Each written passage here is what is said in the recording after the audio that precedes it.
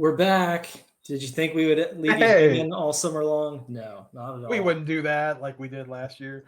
Yes, that is true. We will call it out. We said we were going to do some off-season episodes last year and never got a chance to. But here we are, episode 20 on the year. Yes.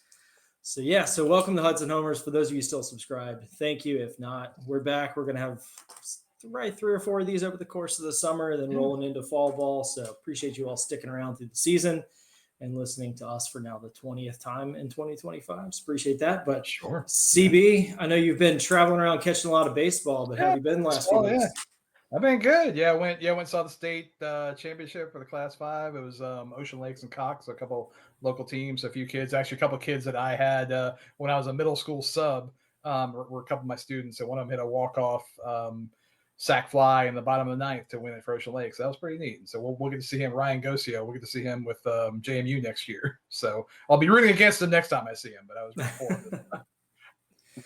Yes, I know you've caught some Pilots games as well.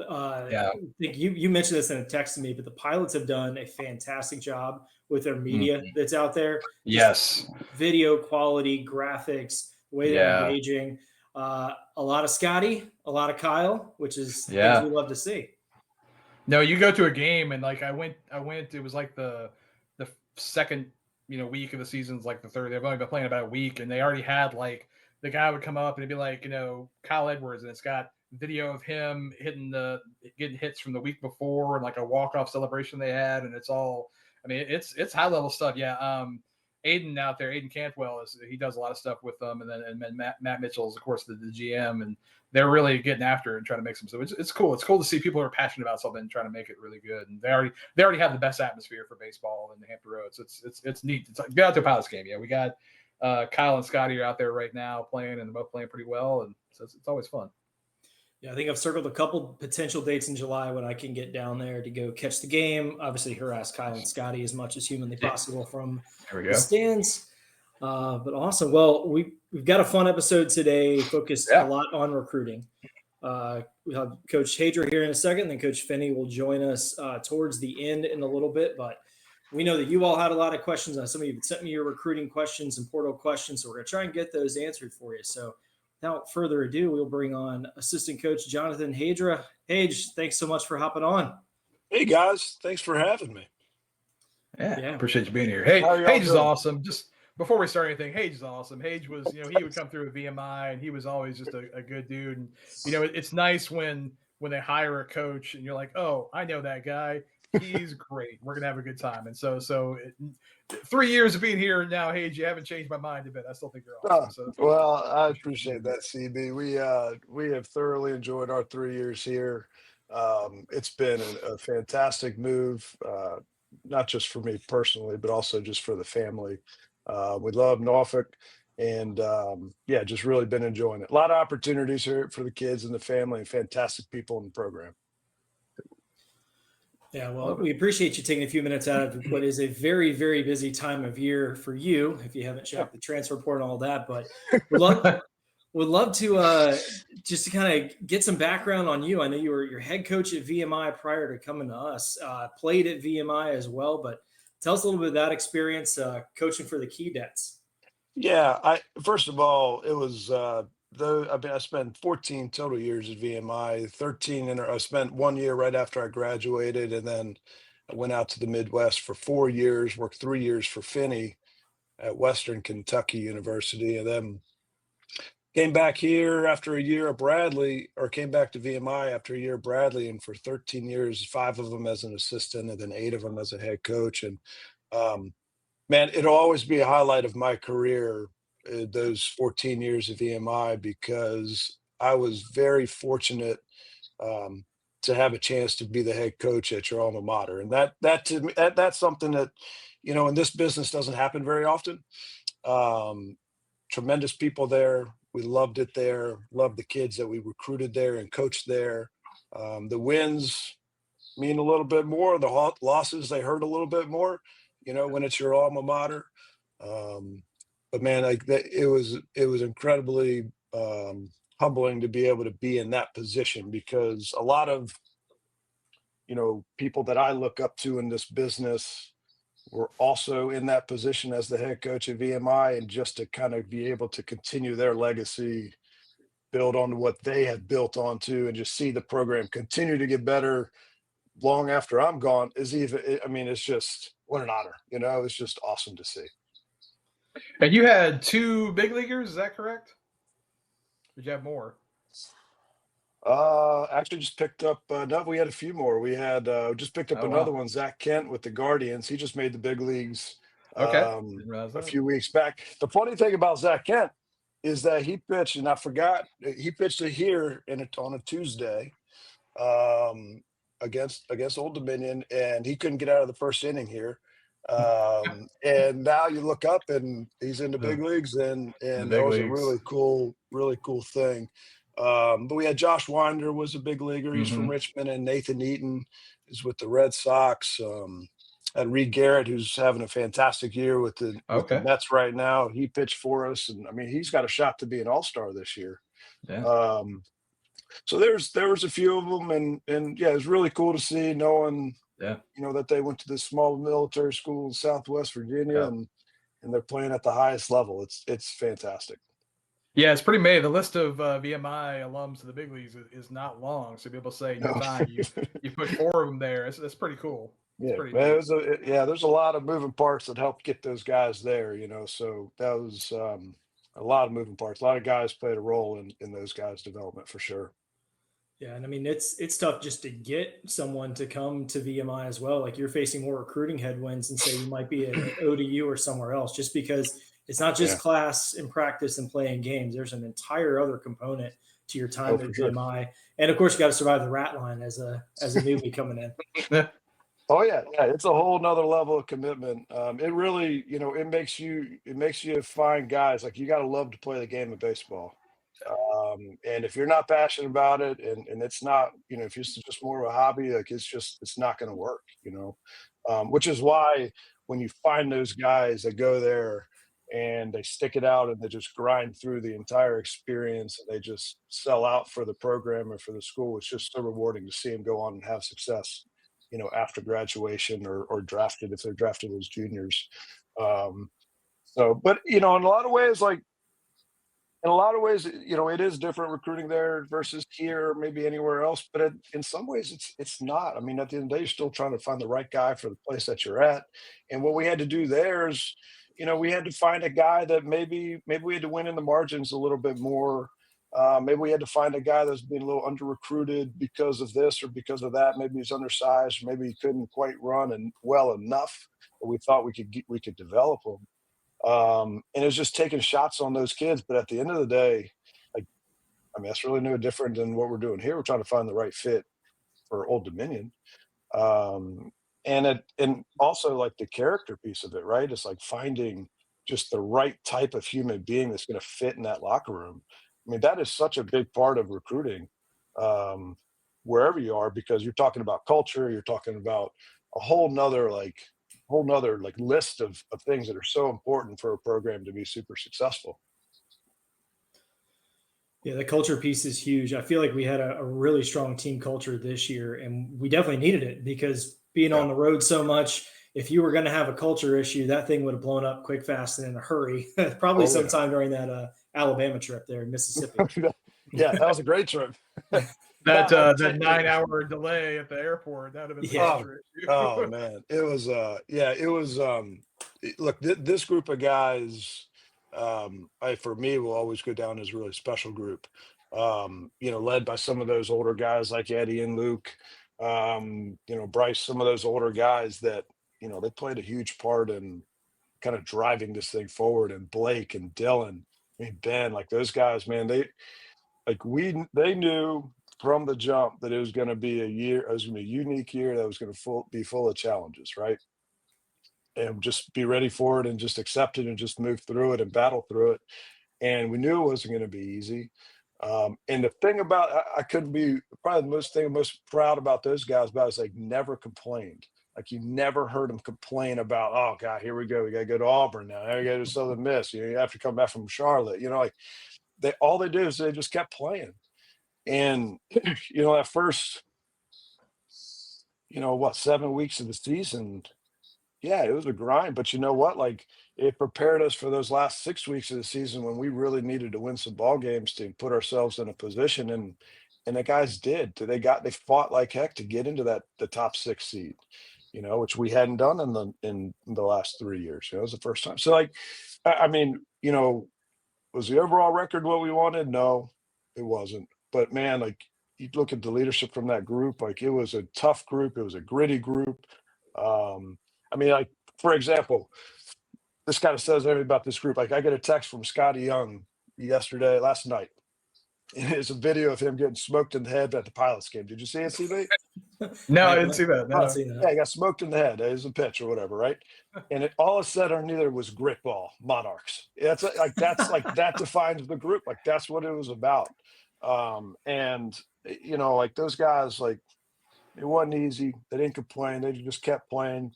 We could have won some ball games late, and maybe played better in some areas. But man, that group was a good group of guys. And they turned it on at the right moment too, because like you said, we got into that top 6, something we hadn't really been able to do in a while, and against a really tough Sun Belt. Because if you haven't paid attention, Coastal's 2-0. They're 1 win away from the College World Series final, and we got knocked out by Southern Miss, who was right there hosting a regional and pushing through on there. And I mean, the Sun Belt really legit this year, and to do what we did with all the headwinds was impressive. So yeah, you have to do a little clicking in there on our record to see how good this team really was this year. Yeah, the Sun Belt's real. Like, there's not a weekend that is off. And that's what's so fun about the Sun Belt and being here and playing at this level is literally every weekend is a grind. And if you like to compete, if you love to compete, like, this is what it's all about. It's like to put yourself in these situations where you get tested literally every single weekend. And that's what makes this whole thing fun and makes it go. And gets you better. It prepares you for the postseason when you get there. I mean, look at Coastal; they're rolling right now. Southern Miss, playing in a regional final, and you can sit there and argue that Troy should have been in there, and I mean, makes sense. Like, they probably should have been in there, and so that team, they won every weekend, except for one, and then they're top 25 for 13 out of the 14 weeks or something like that, right? I mean, incredible. Fared better against Coastal Carolina than anyone else we've seen so far this year. They did. Yeah, literally, I think it only wants to beat them or something, right? I mean, maybe I think so. Something like that. Yeah, they were one of the few teams that were able to. Because I mean, Coastal's loaded. I mean, and they're in the driver's seat now to go win the whole damn thing. So they are rolling right now. As much as I know CB is not a fan of Coastal Carolina, is not going to be putting on any Chanticleers. Not a huge fan, but it does elevate our conference. So you don't have to root for them, but I guess you don't have to be mad if they win. Yeah. Great. Congrats. Way to go. Yes. All right. Well, we want to definitely talk about the transfer portal. And I'm going to knock on wood because the portal is still very much open. But I think at last check, we had about 8 guys that were going in the portal. And there are currently 5,100 players in it. 3,100 of them are at the D1 level. Where do you even begin to try to narrow that list down to find someone that you even want to call? Man, I tell you what, I think the way it starts for us is I think we got to give credit to the 3 young guys on our staff, because they have been tremendous in helping narrow down as whatever it is, 5,100 names of Brandon Pond and John Keene and Ryan Moore. Those guys have been tremendous for us, for Paul and Mike and myself, with scouring the names, checking stats, doing initial evals, and then kind of passing them off to us. I mean, they've narrowed down a lot of guys, so that makes our time when we have the phone calls or the visits, or we go evaluate a guy in person, like, we're going to watch guys that we have already kind of vetted a little bit. I mean, at the end of the day, I mean, I think when it comes to the portal recruiting, it's finding a guy that we're connected to, ideally. Okay, maybe he's a guy that we previously recruited, and maybe he just decided to go somewhere else for whatever reason. Okay, maybe it's a local guy that is coming back that decided to go somewhere else, but he he has, understands Old Dominion. Or like the third thing is if it's a guy that we have a third party that we trust that is connected with a guy. And typically the guys that were, for the most part, the guys that we have gained in the portal or the guys that we're actively recruiting in the portal, they check one of those three boxes for the most part. Because at the end of the day, like I said earlier, like it's the same the thing is still applies here versus VMI versus other places. Like we want to find people that value Old Dominion. Right. Like, and that's just the reality of it is like finding somebody that cares about this university and takes a lot of pride in this program and understands the history and tradition of this program because it's an extremely prideful program. And the alumni they have a ton of pride of the program and all of the successes come with it. And it's just finding guys that want to add to that legacy and add to the history of this program. And we found that the best way to do that is to find guys that we're kind of already connected to. It doesn't always work out that way, right? I mean, there's guys that we have on the roster that we didn't have a connection, we just kind of stumbled upon. But but for the most part, I mean, that's our strategy. It's kind of how we're narrowing down all of those names that you see in there. When I've looked at it, and this, you can tell me how accurate this is, but we're not the big like NIL school, right? We're not one of these big SEC schools that's got like whether they have $4 or $5, $12 million budget going to go out. I mean, they're out there, they're like shopping at Tiffany's, right? They're just on the portal. They look at the stat line, like that guy's off. And you see, like I've noticed like about this past weekend, a lot of names started all of a sudden committing to these bigger schools. Yep. And to me, it feels a lot like regular like MLB free agency, right? Where like a lot of the big guys sign first, and then it kind of trickles down. And so now it's like, okay, well, now we're getting some of the big guys out of the way. Now you're going to get down to guys who want to play some ball and guys who, it's not about the money. And I think the reality is like there's no NIL for ODU baseball, right? You have to find those guys that want to be here. Correct. And so I'm assuming it's a little more like, we're not the Dodgers or the Yankees or whoever. We're more like, I'd be more like the Rays or the team that's good at finding. Royals have been pretty good. You got to find those guys who maybe you look at the stat line. I mean, I think about some of the guys we had brought in last year, like Hunter Baines and Tyler's Dallas, right? They didn't really have their stat line is nothing. Baines is kind of hurt. Right. Dallas didn't play much, but you got to know the potential's there. So we're kind of like that Moneyball thing of like we have to like maximize the potential when you're going out looking for guys. So is that you feel like that's a little kind of accurate? Yeah, for sure. And it also, the other thing that it varies with guys is like it depends on if a guy's got 1 year left or he's got 3 years left, right? Like because if it's a guy that's got 3 years left, it's like, all right, like maybe this guy does something like falls short, maybe doesn't have numbers right, but there's something in there that he does really, really well, and we can help develop and help get him better to the next level. So maybe he's not a guy that helps out that first year, but maybe being in the system for 2 years, maybe 3 years, like that second and third year, you start to see the return on your investment, right? Like, so that varies. And then it's guys like, all right, hey, this guy's a grad transfer. He's got 1 year to go. Like those guys are the guys where it's like, they're more they need to be a little bit more polished, come in, help you because it's 1 year. And that's what, like, for example, like one guy that was a 1 year guy, like those guys need to be kind of, a known commodity. So somebody like Teron Hammond, right? Like right. Ron, like he was a fantastic kid. I've known him now for a couple of years, like a fantastic human being. And you look back at the history at his track record in college, and the one thing that guy never did is he never punched out and he always just hit. Okay. Was it at the Division I level? No, it wasn't. But so what? And like when he got here, it wasn't the 330 hitter that he was previously, but everything still felt like he was on base at a 400 clip.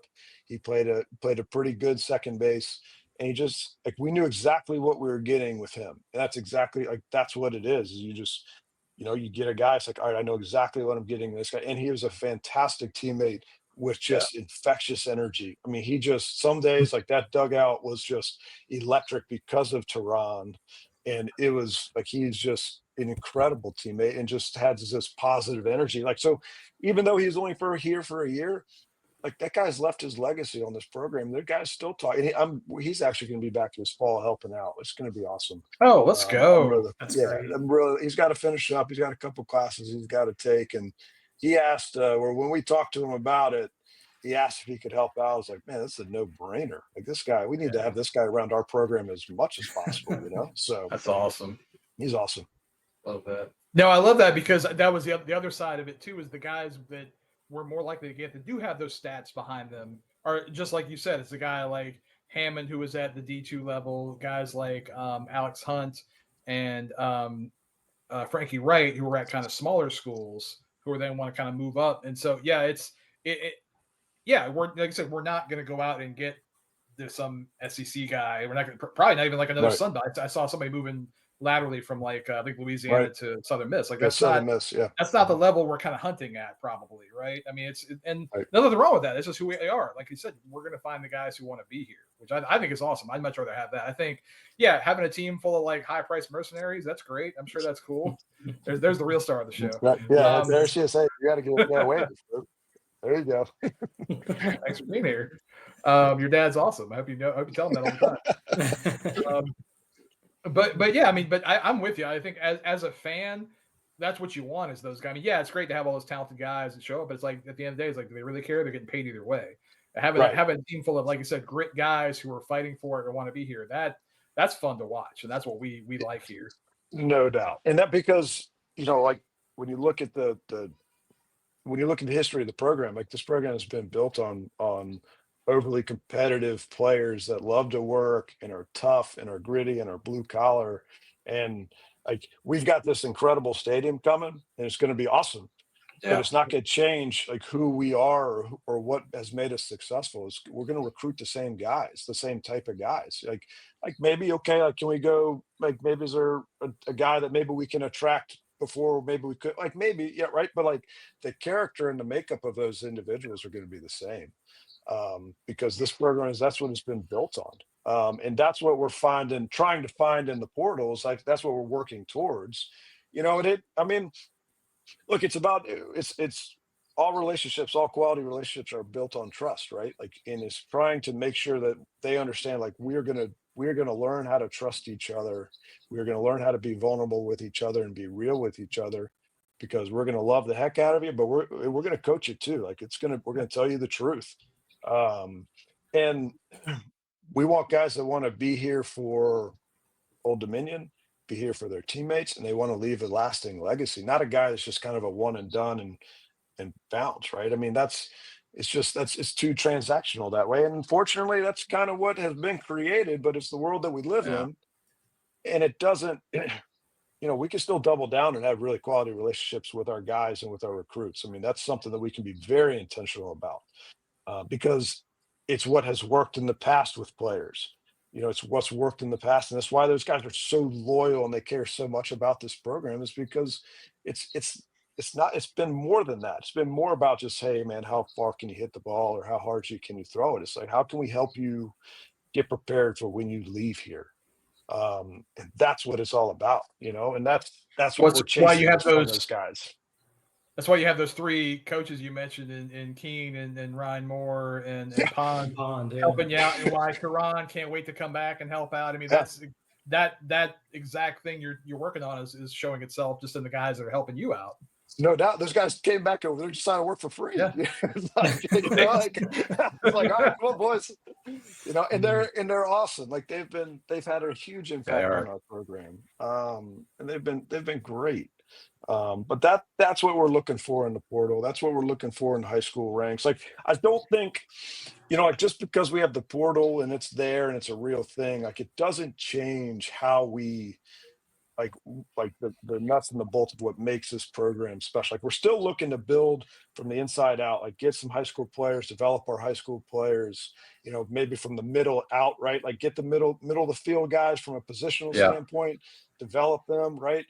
And then trickle in some JC hitters. And then, if we need portal hitters, that's going to be the plan. For on the mound, you look at the track record since Coach Marin's been here, that guy's been incredible about developing our high school arms. Okay. And that's always going to stay our bread and butter. We're going to go get high school arms. We're going to develop them. We're going to coach them. And then if we need to, then we can go mix in the portal arms, which is what obviously we're doing right now. So it doesn't we're not going to get away from who we are. It's just like anything. It's just times are different. So we need to you need to get creative, understand who you are as a program, buy into that identity, and then just adjust slightly where you need to, Absolutely. Well, we have Coach Finwood backstage. I'm going to go ahead and bring him on to join the party here. There you go. Hey, Finny, how's it going? What's up, guys? Hey. What's up, man? Doing? What's up, dude? Doing good. How you been? Great. Had a great Father's Day weekend, and I was looking on a thing while I was listening to Hage. This is episode 20. Episode 20 this season. I think we did 14 or 15 last year. How about that? That's pretty cool. It's wild. I know the fans were definitely excited to hear from both of you in terms of like recruiting and portal and all of that good stuff. But you've mentioned a lot about the pitchers that have come out of here from Marin, and can't go without talking about the guys that are going to the combine starting tomorrow with Ben Moore and Dylan Brown will be out in Arizona. I know they got that invite, I think, when we were in Montgomery. But it's pretty cool to kind of see that come to fruition now, where they're going to be up there with kind of the top 300 draft eligible guys, showing what they can do. Yeah, and we're the only team in the Sun Belt that's got two pitchers going.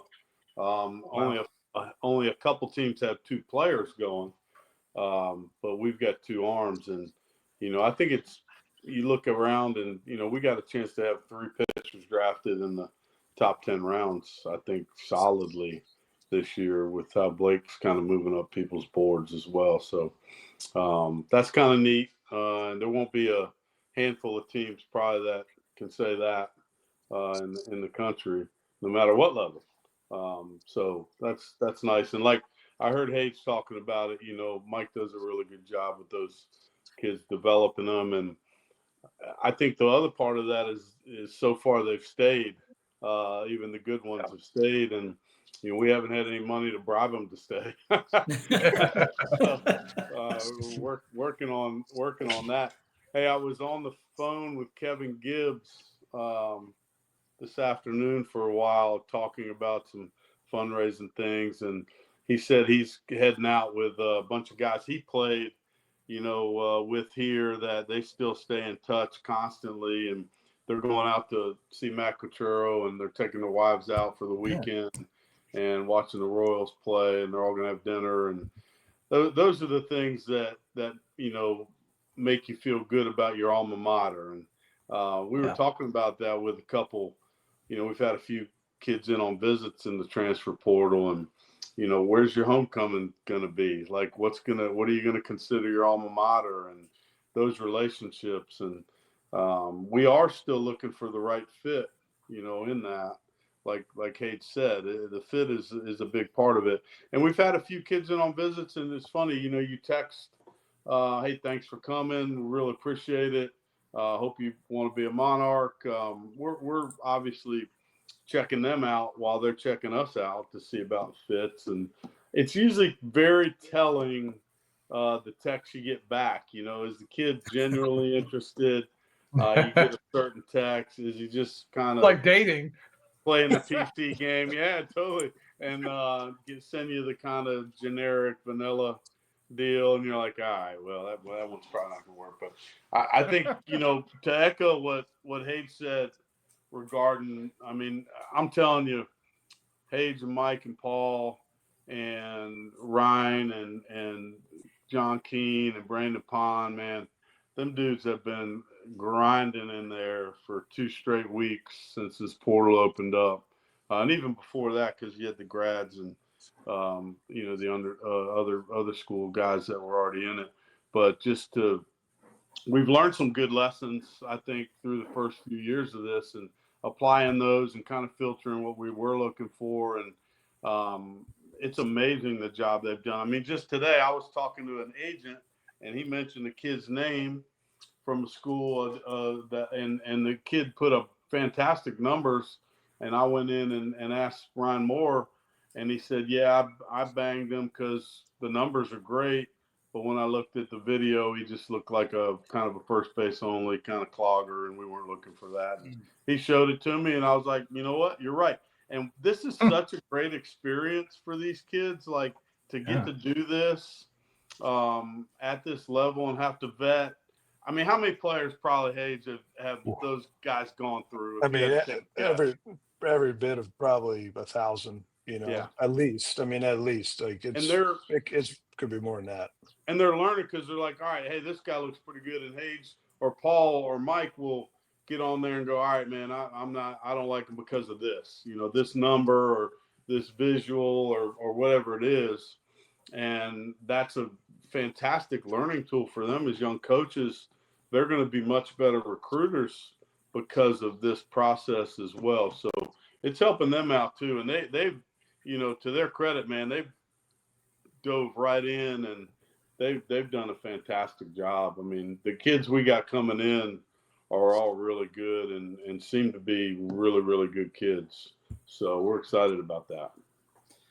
Am I correct that you have already had at least one guy?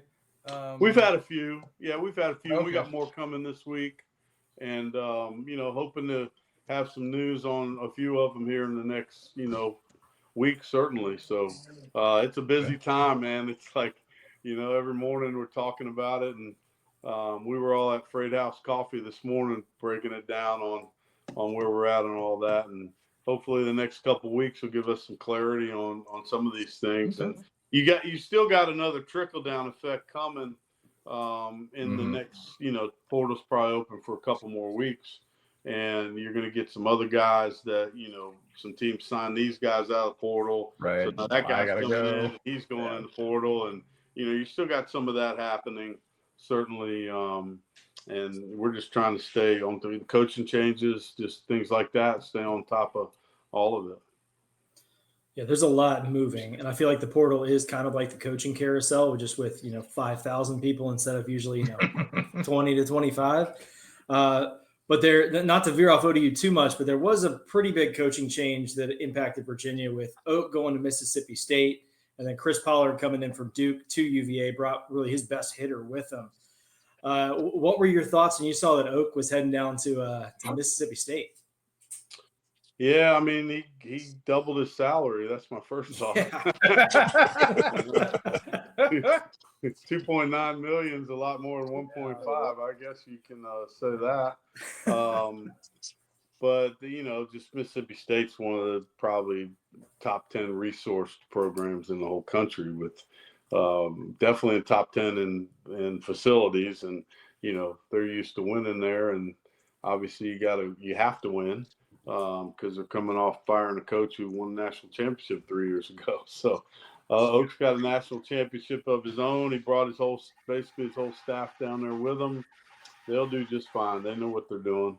And I think Virginia hired a good guy. He hired a guy from Virginia, and he's done a fantastic job at Duke. Chris is a good person. He's a good coach, obviously. And, I think that was a really good hire for them. And they got it done fast, which they needed to. So you already knew Chris Pollard? You'd be talking. Yeah, it's how old I am. I saw Chris Pollard pitch in high school. He went to, I don't even know if it's still school anymore. He went to VES, Virginia Episcopal School in Lynchburg. And Annette actually went with me. And we went, I still remember driving across that mountain from Lexington. I was at VMI. And he wasn't very good. And so we didn't, I think he ended up walking on at Davidson. He was a very good pitcher at Davidson. Kind of developed himself, and then has had a fantastic coaching career. Well, Hadra, I'll tee one up for you here, because there is at least one publicly known transfer portal commit to Old Dominion, and I tee you up. That's Marcus Van Alstine from VMI. Yeah, we're pumped about Marcus. He committed to us while we were there, and you'll talk to CB, man. I cannot wait for you to see his energy and feel his energy. Have you seen him? Have you seen him? He pitches for the Chili Peppers. No, so I saw him in high school, because back we had a couple of Hanover kids who were supposed to come to us. One kind of screwed us, and one got drafted. But I saw him pitch several times for Hanover. I've seen him pitch several times for the Chili Peppers there. The summer night. I saw him pitch this spring with VMI. Yeah, I love it. I'm a big fan. Was he a guy that you had recruited and then he left before he got there? He was. So he was at Hanover, and they were playing Lee Davis, who at the time was Lee Davis, not Mechanicsville, and I was there to watch a kid pitch for Lee Davis, and this kid comes out. Was that Plummer? Just sinking, yep, and just sinking and sliding it, and he, man, I was like, man, like this guy's good, this guy's awesome. Like, who's this guy? And and just athletic and just a fast mover, and just the first time we talked to him as a staff, it was clear like this dude's energy was awesome. And he's an ultra competitive kid.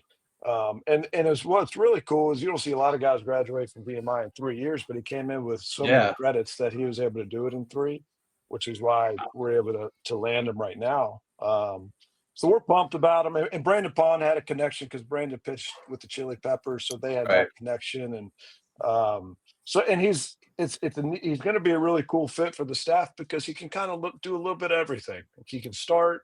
He's closed before. He's been that long relief bulk guy. But he's a strike thrower that can sink it and slide it, and he's ultra competitive. So it's a fantastic fit. I love that. Yeah, and he's one of those guys. I think when you look at his numbers at VMI, it's like ERA and stuff seems a little high, but then you kind of think about like, well, it's not an easy place to pitch. And then his summer numbers, like at all, like, and his summer numbers have been really, really good. I know the times I didn't get a chance. It was raining the other night, but he pitched 3 scoreless the other night up here in Hampton against the Pilots. I mean, he's pitched really well, and I'm with you. I think I'm excited about it. I always liked him. Guy, I never really had a chance to talk to him, so I'm looking forward to get to meet him. So that's you'll really like him. Excited. You'll really like it. Yeah. Love that. Sounds like he could slide into that old Jacob Gomez role of he can come shut a game down, he can start, he can do whatever. He's just going to go out there and battle. He is definitely going to battle. So it's going to be, it's going to be a really good fit. You guys will really enjoy watching him.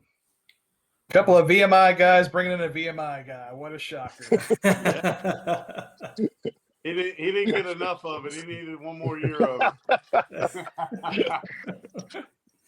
Yeah, well, speaking of Jacob Gomez, obviously he got promoted up to high A ball with Rome and the Braves organization. I'm hesitant to say this. I'm going to knock on wood, and I need everyone else to as well. He's still yet to give up an earned run in 8 innings pitched since moving up to high A. Mm-hmm. And I think that's really important for a guy who is undrafted to just continue to flourish like that. Have y'all been able to see any video or catch up with him at all? I haven't talked to him this summer, since he was here right before spring, working out with our guys a little bit. But man, he's that guy. I mean, he's good enough. Like, he's that weird lefty with that low release height, and he can be tough. So I don't think any of us are surprised by that. And he's mean enough to get out there and fight you. So I think no one's surprised by that. He could be that guy that can keep on moving on up, and end up, surprisingly, all of a sudden you look up and all of a sudden he's in AAA, and then you never know what can happen. I'm a Braves fan, so I'm all for it. I'm getting my Jacob Gomez jersey, and he stays healthy. He's been very durable, so he's not one of those guys that's been banged up and you got to worry about that. I mean, he's going to post. Like, he's going to be ready to throw when you need him to, and I think that's pretty cool.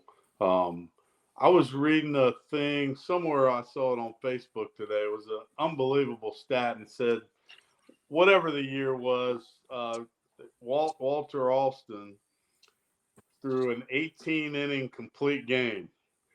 And they said they didn't keep pitch counts by then. Who knows how many pitches he threw. He said the manager said the only number he cared about was 2.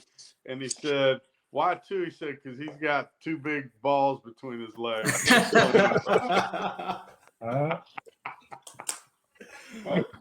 So, there's our PG joke for that. There we go. Different game back then for sure. I mean, think about it. 18 innings he threw. Like, he threw 2 complete games in one outing. Probably wouldn't have broken a window if he threw the ball at it at that point. Yeah. But back then they weren't there. No one was finishing your game. No. No, it was your deal. So no, that was your day to pitch, and you were the pitcher. yeah, absolutely. Well, I wanted to ask you guys. You're in the middle of the portal, but then we also had, I think yesterday, the 15th was the first day where you all were allowed to talk to 2027 graduates. So did you have to also start in the middle of that, like start calling up some guys, sending some emails? No. Okay. Okay. I didn't even know that was the first day we could talk to 27. All right. But that tells you like how much it's changed, right? It used to be the biggest day of the recruiting year was the first day you could talk to rising juniors, or rising soft, whatever it became. And now it's just another Tuesday, right? As the song says, because they're not, the value of those guys is much less because they're not going to help you for a long, long time, if ever. And people are spending their time, because in essence, what you're doing now, we'd love to have the backbone of our program always be high school kids. We're trying hard to do that. It creates a little bit of consistency, but you are building a different team every year now, and you're just going to have to marry yourself to that. But when you can have a core group of guys that have been in your program for a few years, that's going to help the message be more consistent. And that's what you're always shooting for. So, but you're going to have those, you're talking about a guy that you're going to call that maybe isn't shaving yet or driving, or you're going to call a guy that's, got a beard and tattoos and hits the ball out in the road when he swings.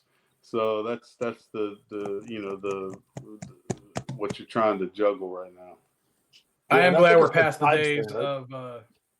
I'm sorry, Hayes. What was that? I was just gonna say, it's a time thing too, right? Like there's only a certain amount of time. It's like you can chase those guys now, but that's taking up time from guys that can help you in 2 months, right?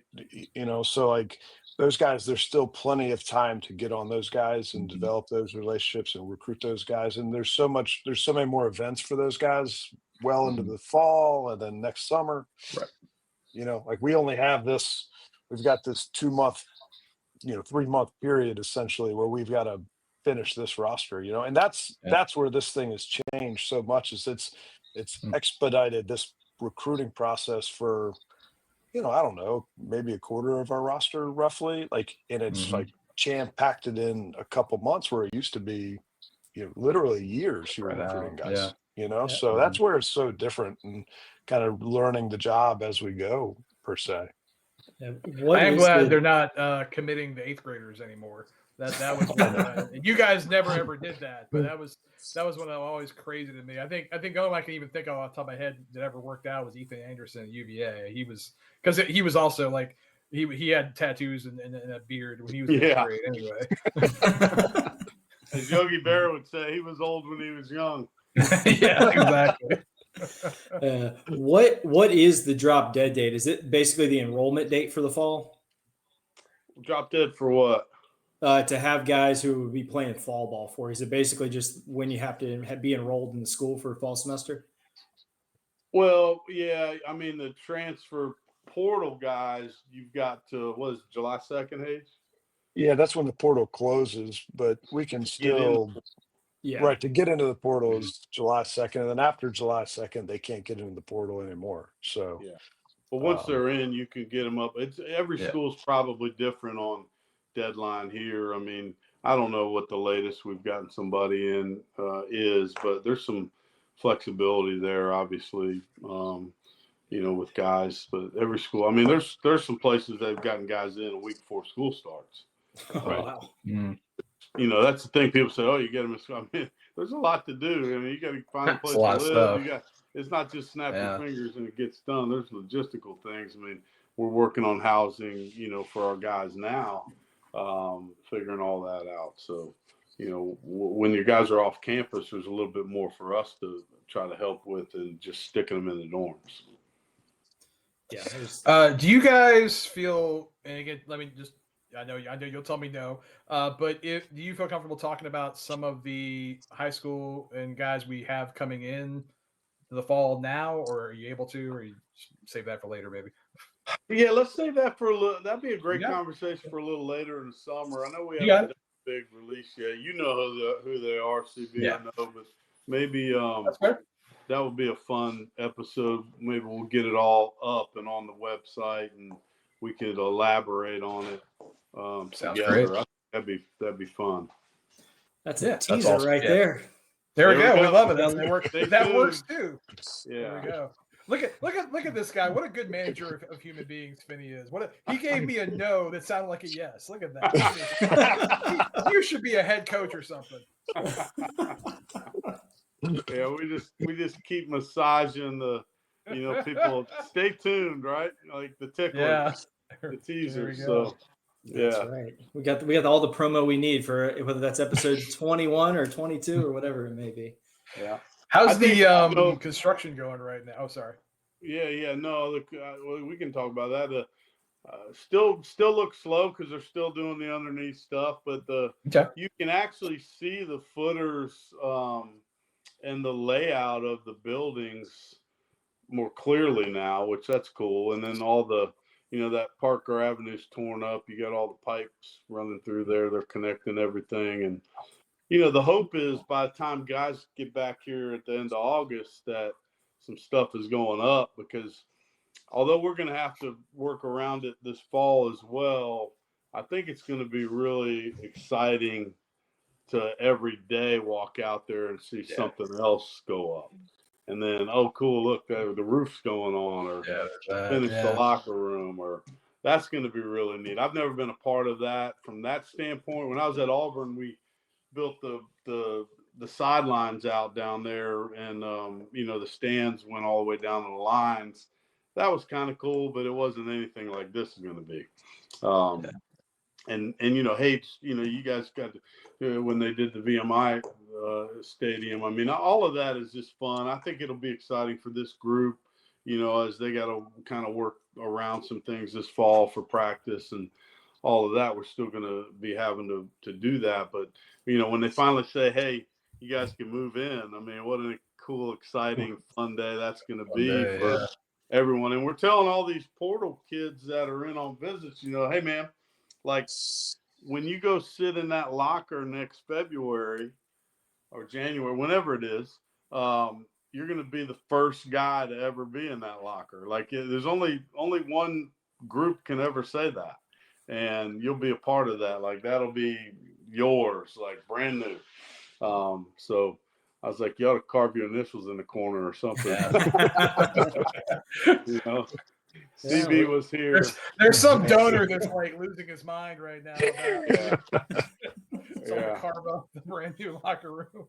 I was thinking about something. I know that people have done different things with lockers. I think it'd be a neat legacy thing. Some people get people to sponsor lockers, and I think it's something we want to pursue for potential rev share money as well. But I think it'd be neat to have a smaller plaque, and you put it somewhere on the facing, CB Wilkins 22 to 25, 2025. And then the next guy that's in there is that. And so each guy, has his big name on it, gets to see, hey, man, I was in Benny Pasquantino had this locker. Yeah. You got some stuff to own, to live up to. And there's a brotherhood there, so to speak. And I think that does create some neat continuity within the alumni. Well, that kind of becomes a thing too. Then the guys want to have that locker. Oh, I want to be at that locker because all the guys that been this locker have been the best, and that becomes somebody graduates and the guy who's been there is like, okay, that's my locker now. I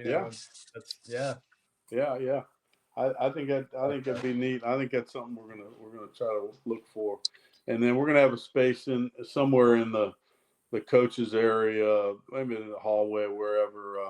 Mike actually came up with this idea where the guys can come in and sign the board, the alumni, so they'll feel connected to the new place as well. Yeah, I love that idea. I think we another teaser. So my call with Kevin Gibbs was a fundraising call. He's going to help be kind of help me and John Valine spearhead this. We're going to put together a list and a letter and just talk to people about how important the rev share piece of this is. It's going to be kind of like a monthly pledge, the old Clemson model.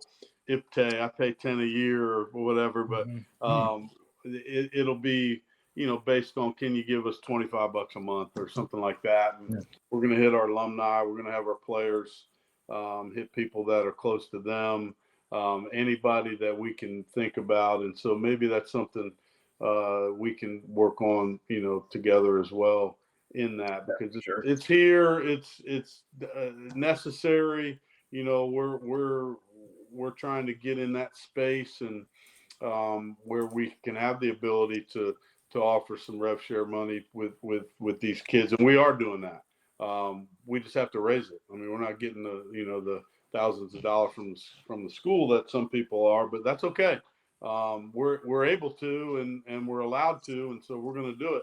We're not going to sit there and complain about they're not giving it to us. We're going to go out and get it. And so most of the things that we're doing now are going to be geared towards that. The golf tournament money is going to go to that.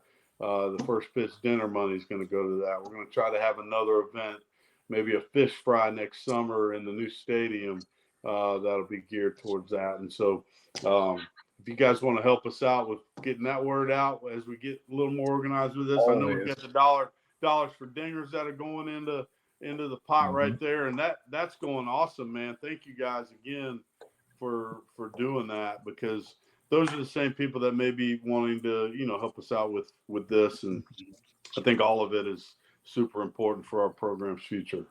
Yeah, everything that really our group morphed into, from like a DM text chain tailgating group to being more of this fundraising arm, being more involved, is because of ODU baseball. It's because of that run in 21 that we just somehow started Dollars for Dingers. I think Aaron Zielinski came up with it, and now it's become an every year thing. Our last update was 3 days ago. We were over 2,500. We got a goal of 5,000. So if you needed a reminder to go Dollars for Dingers, go for it. It's on all of our social channels. It's on the ODAF website. Plenty of options. Pick the stat that meets your budget. I think CBU and I did 140 for 140 extra base hits. There's all kinds of things in there, but things like that are things that can now go towards rev share. So that's a way where you can get your tax receipt, you can donate that way, and it can really help. Like even that 2,500 to 5,000, that can go a long way with how things are set up now. So if you haven't done Dollars for Dingers, here's your reminder. We'll get plenty more. Don't worry. We're not going to lay off just in summertime. Yeah, please do it. And you're right. It goes to the school now. And so it's not like the NIL money. You don't have to battle yourself. You can get your tax, credits for that. And it's money that's going to go directly to the players. It's not going to a third party. That's why they wanted to put the schools more in control of it.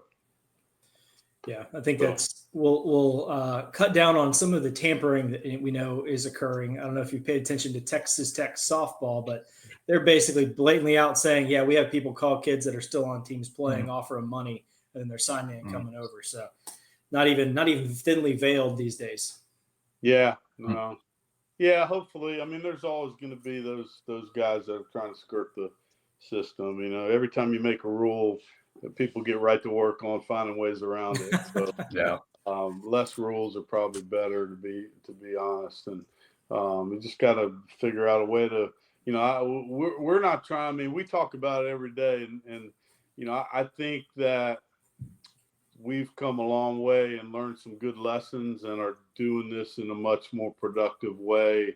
And, I mean, these guys do all the work. I come in and ask who they got, and they show me. But they've figured out how to really do a good job with this. I mean, I think we're on much better players that fit our need and can help us win in the Sun Belt Conference, and also the right kind of kids. And it doesn't matter where they're from. Like we don't care about the sweatshirt or the hat game. You don't need to be from, X school for us to think you're good. There's a lot of good players that are playing at Division II schools. And they're certainly good enough. They just ended up there for whatever reason. and kids go places, they play, they get better, and that happens all the time. You see that, and so it's just one of those things. I mean, I think Miami's starting shortstop was at UNC Greensboro or something a year ago, or it's like you see it all over the place. So we're working on that, and hopefully in the next couple of weeks we'll have some yeses and have some clarity a little bit more and keep moving forward. So we're happy about that. Yeah, I think we were planning on doing the next podcast about the third Monday of next July, and we're going to have Marin on, and because we figured by then we'd probably have a few more answers, particularly on the pitching side, where there seem to be a lot more questions right now. But so yeah, we're excited. So that'll be a 2-hour version of the podcast. Maybe there are no short conversations with Michael Marin. Just so you guys know that, right? I feel like that's a way to get 2 episodes in one session. So hey, let's go. Double bonus episode, extended play version. That's right. Yeah, it'll be the EP version right there. There we go. Yeah. All right. Well, hey, Finny, we thoroughly appreciate you guys joining us. I know I enjoy it. Gary enjoy. I know the fans enjoy getting to hear the perspective that you guys have that you can't get anywhere else. The look inside the ODU baseball. So we appreciate you guys. Well, thank you guys. Guys, thank you. Y'all are the best, man. You guys have made this so much fun, as I say every week. And thanks, man. All right, we love it. All right, appreciate you guys. Y'all be safe. Fellas. Talk to you soon. Thank you. Happy hunting. Yep. Yeah. All right, so we take a quick break, do a little commercial break, a little one of those. What do you think? Hit a little commercial break. We got a couple of things to talk about, including a Monarch being part of a no-no. How's that for a tease? Oh, yeah. This episode of the Monarchs podcast is brought to you by the Pride of ODU Collective. Their mission is to elevate the experience of student athletes through name, image, and likeness, while also elevating the fan experience. If you or your business are interested in getting involved, you can reach out to us directly or go over to theprideofodu.com.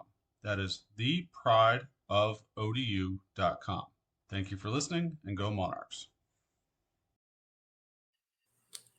All right. Yeah. Well, awesome having you. I really like that. Yeah, I love it because you get such it's a reality check, but it's also so positive because it's that reality. Like, yeah, it's the thing that anyone who has half a brain looks at and says, look, we're not going out and getting, this guy or that guy or whatever guy. We're going to go out and get dudes who want to play for us that have talent. And like I said, maybe they played at a D2, a D3, maybe been at a JUCO, maybe if they've got stats, or maybe they've been somewhere and they haven't gotten a chance to play. But the reality is we're going to get talented guys, we're going to get good guys, we're going to get guys who want to be here. And that's what I want. I love it. I mean, yeah, if you could sign 100 mercenaries and have them all be great and awesome, okay, you probably not have very good team chemistry, but you might be fun baseball to watch. But I think in the long run, for who we are and where we're at, the reality of what we are, this is better. And I like it. I do too. And I think if you even went out and got, say, 5 mercenaries, right? Justin Verlander comes running in out of nowhere with $1 million and says, have fun in the portal. Again, sure.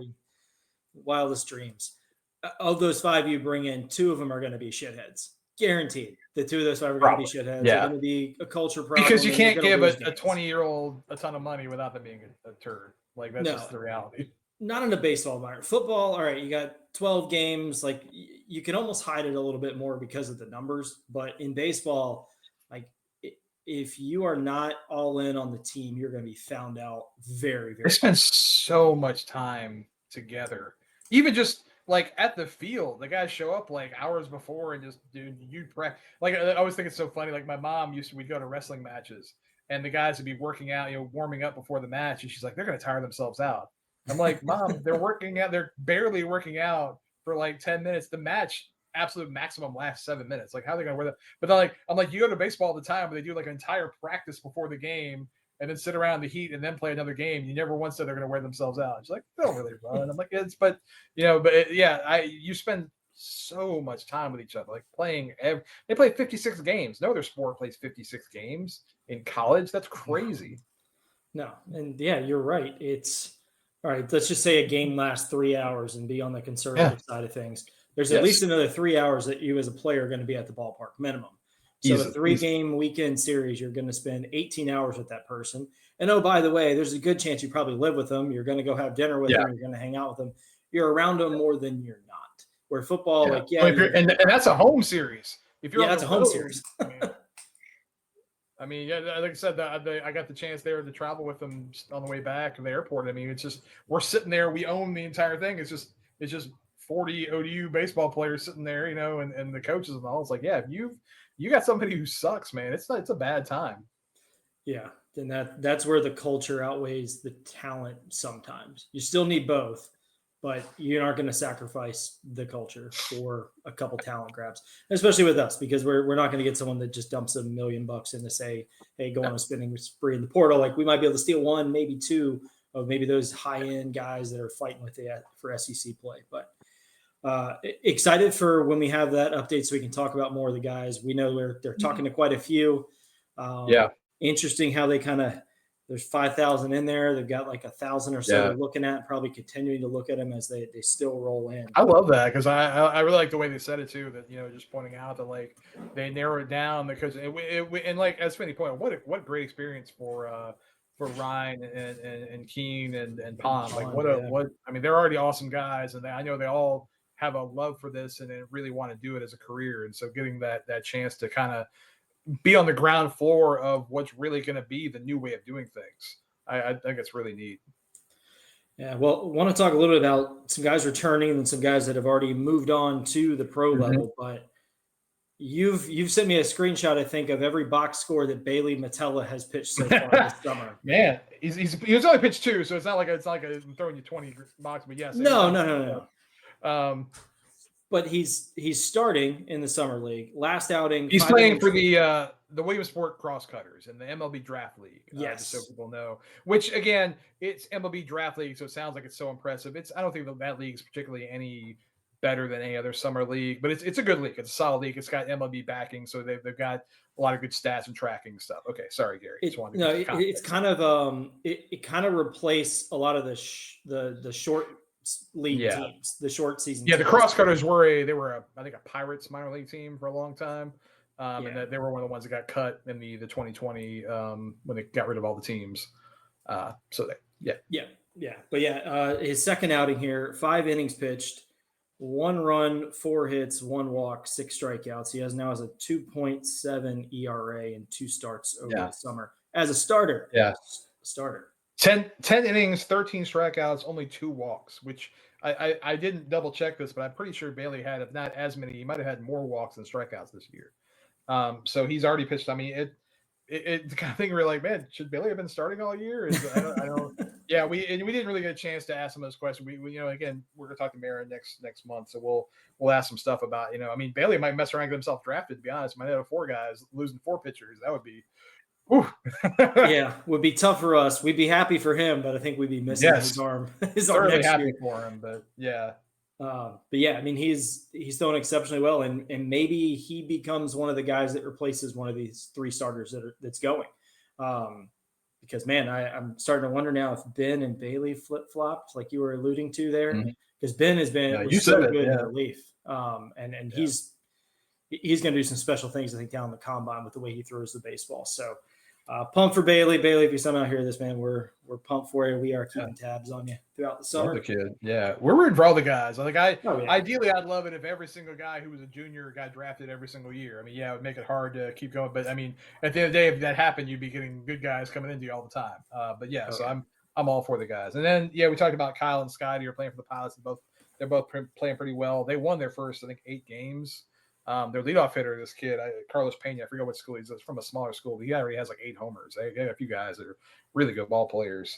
Tanner Shadell has been playing with the Tom Sox. He's been hitting pretty well. I think he dropped off a little bit. He's down to 250, but he's already got as many hits as he had the whole year at ODU. Because again, just sometimes he's getting to play a little bit more, relax a little bit more. He's young. He's young. Yeah, Tanner. I've been watching Tanner since he was a freshman in high school. I know Tanner can play ball. I'm excited to see what he can do the next few years at ODU.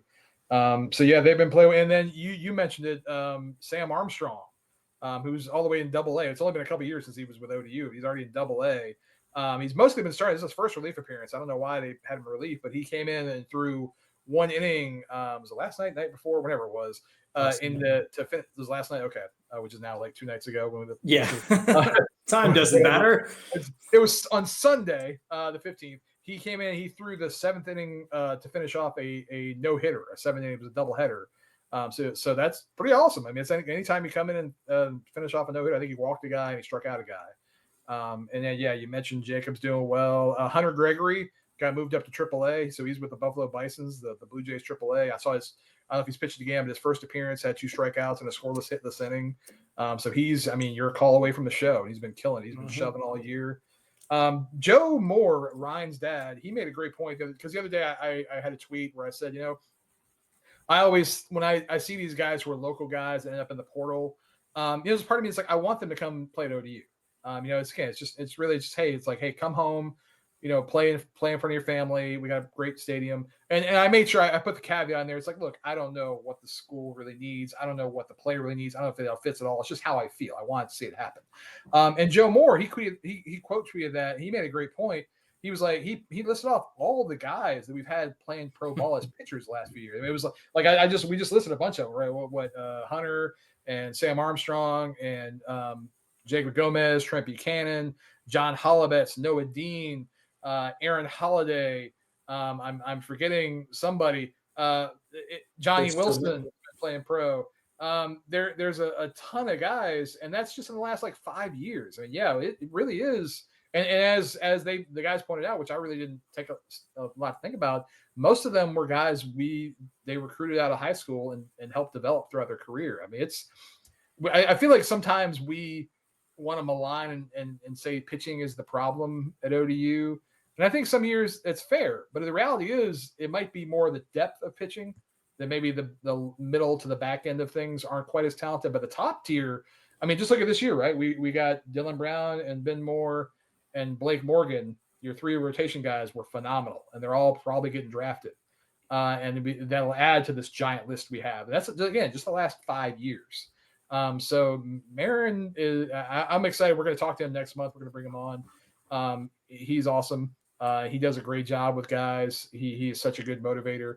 And so I think it's one of those that, some people just talk and say, so there's always somebody who has negative opinions, but they've done some pretty great stuff. I mean, it's hard. I would love to find somebody else who's a mid-major who can stack up that pile of pitchers like we have.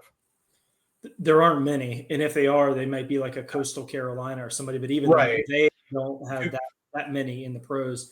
And it may have been pre-Marin. I don't exactly know the timeline. It was close, but let's not forget that we can now count Jared Young as a Monarch who has thrown in the majors.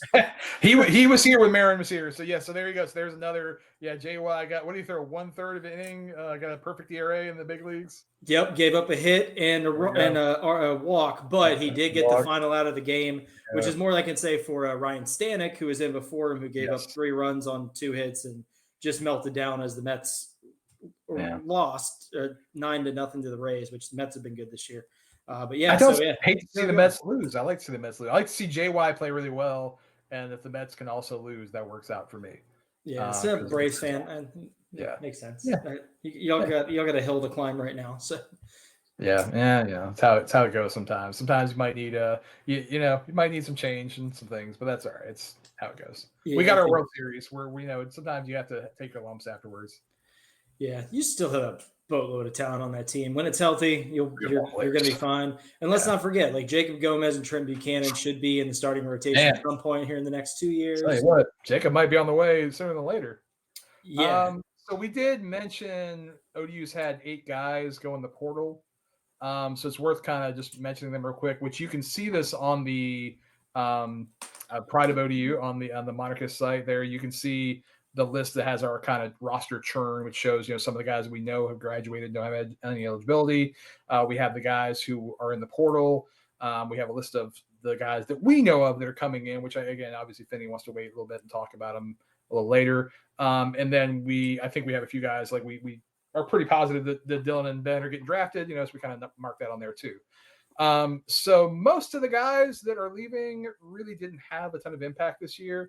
Like Alex Gomez and Rocky Green and Julian Areola, the 3 of them did not get to play at all. Alex made a few trips and was bullpen catcher sometimes.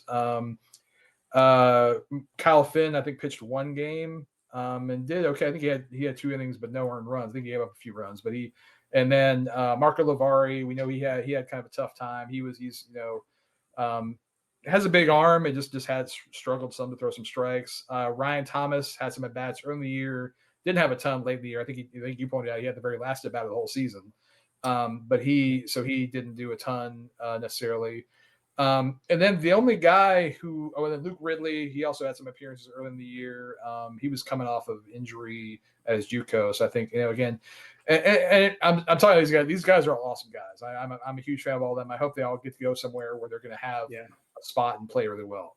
The only guy who really probably made a solid impact this year for ODU was Kanan George. Kanan is going to the portal. I mean, we all know he was one of our better players. He had he had a good year. I should have put the numbers in front of me, but I think he had 8 home runs and had 40 some RBIs. He struck out a lot. He had way too many strikeouts. I think anybody would tell you that. But he played once they put him in center field, it really cemented things in the outfield. He played really well. Great family. His dad's an awesome guy. I was actually talking to his dad earlier this past week and just telling him that, hey, I'm rooting for Kanan wherever he goes. I hope it works out for him. I hope he's, I don't exactly know why, and I didn't really want to get into it and ask the guys here, but it's just one of those things that he's in the portal, and I think one thing I like that I hope a lot of fans have taken over with the portal at this point is like, hey, you know what? Just wish the guys luck. Just wish them luck. There's no point. Like, Kanan's a great kid. Family's a great family. I want wherever he goes, I hope he kills it. I hope he has an awesome time. Like, I have no reason to have any problem with Kanan. Yeah, getting fired up and mad at him is not going to bring him suddenly back to the team. No. We'll ask those questions and see if it's something that needs to be out there publicly. But there's a lot of landmines to step on when you start talking about why guys leave the team. Because I will say it as someone who's not plugged into the program. Like, sometimes guys get cut, and that's just what it is. It gets cut. Their only way to continue playing is to go in the portal and try and find somewhere else. For some guys, maybe their scholarship money is different, or maybe they have not had scholarship money and they need it and they're not going to get it.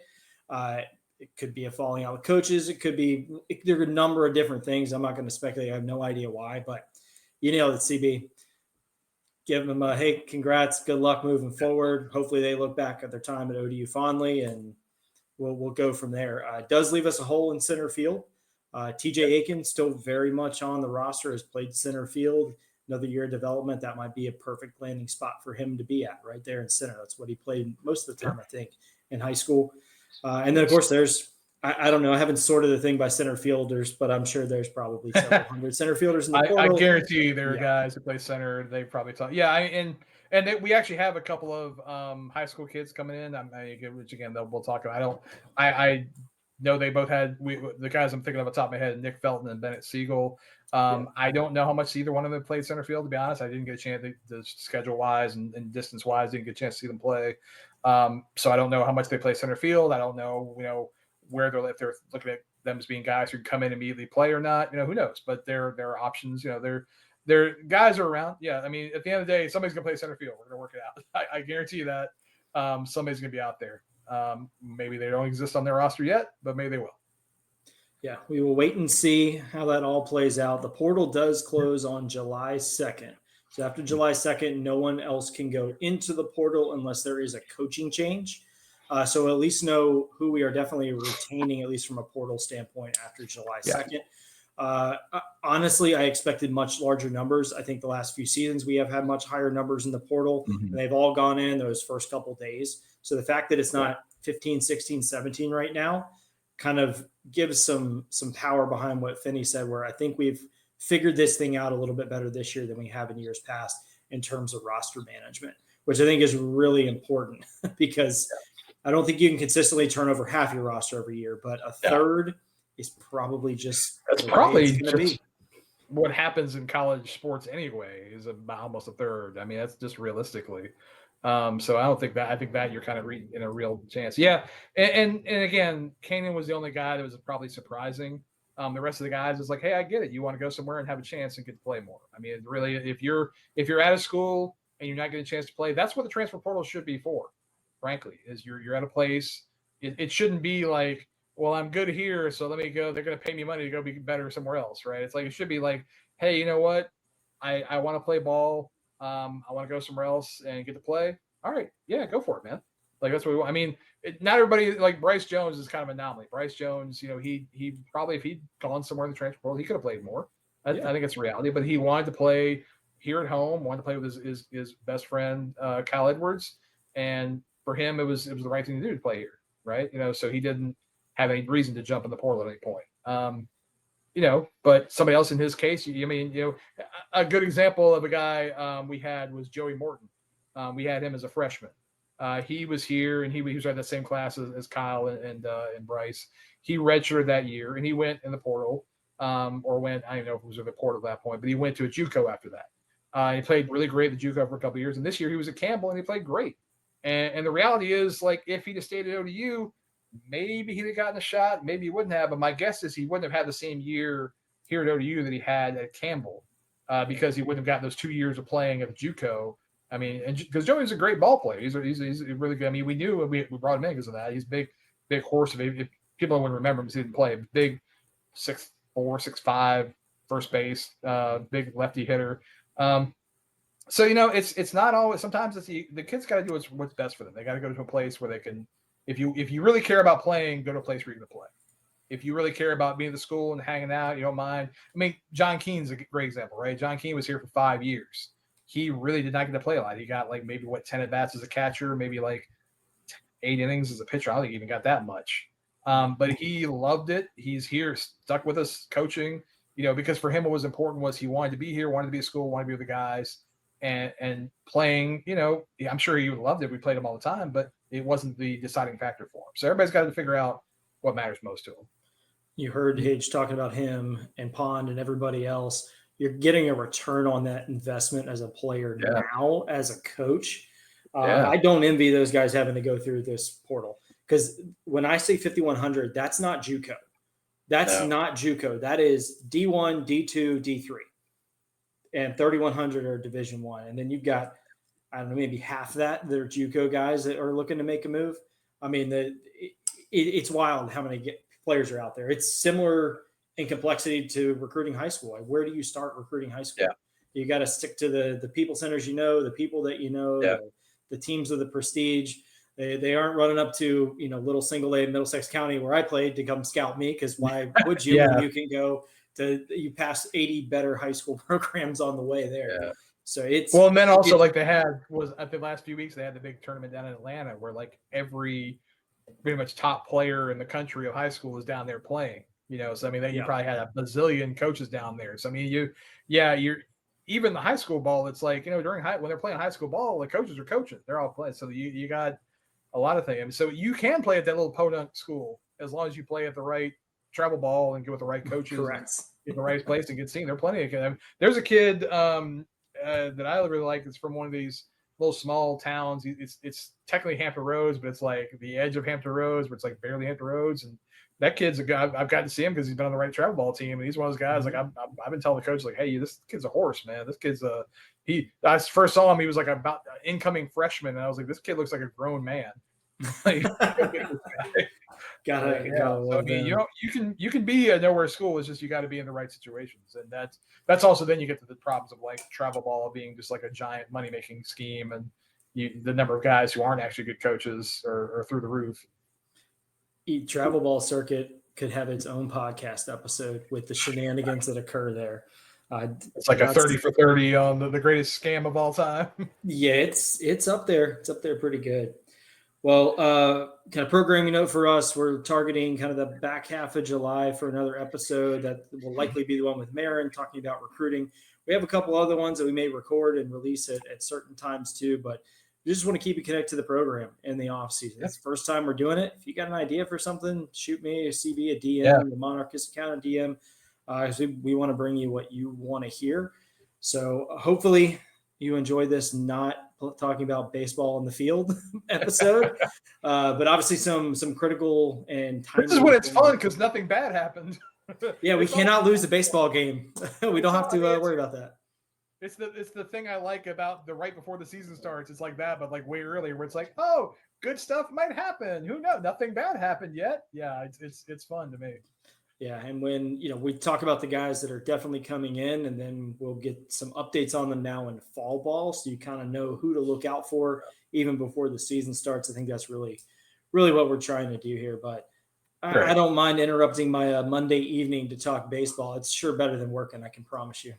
It was me sitting on the couch watching something with a cat. That was it. So this is much better. Yes. She's mad at me right now, but other than that. Well, I will say your curtain held up better than normal. You got a little peel. I was waiting to see the paw prints come up and just yank that thing down. So she is not allowed in this room at all. There's a gate specifically to keep her out. Yeah, there's so many things in there to knock off shelves. Yeah, there's so many edible things in this room. All right, Gary, I enjoyed it as always. I love getting to talk to the guys. It's fun. It just keeps you excited about the future of OU baseball, which I think is awesome. I think the opening up this new stadium is going to be awesome. I can't wait. The countdown is on to the 2026 season. CB, appreciate it. Have fun, and we will talk to you all soon. Go Monarchs! Go Monarchs!